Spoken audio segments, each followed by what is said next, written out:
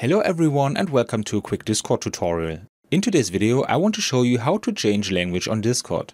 This is actually quite simple. First of all, I open Discord. Now I click on the cogwheel next to my profile name at the bottom left, scroll down to the app settings and select language. Here I can now find all languages that are available in Discord. For this example, I will change the language to German. As soon as I click on the respective language, Discord is already switched. A restart of Discord is not necessary. And that's all you need to know. I hope you enjoyed the video and I will see you again in the next tutorial. Until then, your tutorial guy. Bye.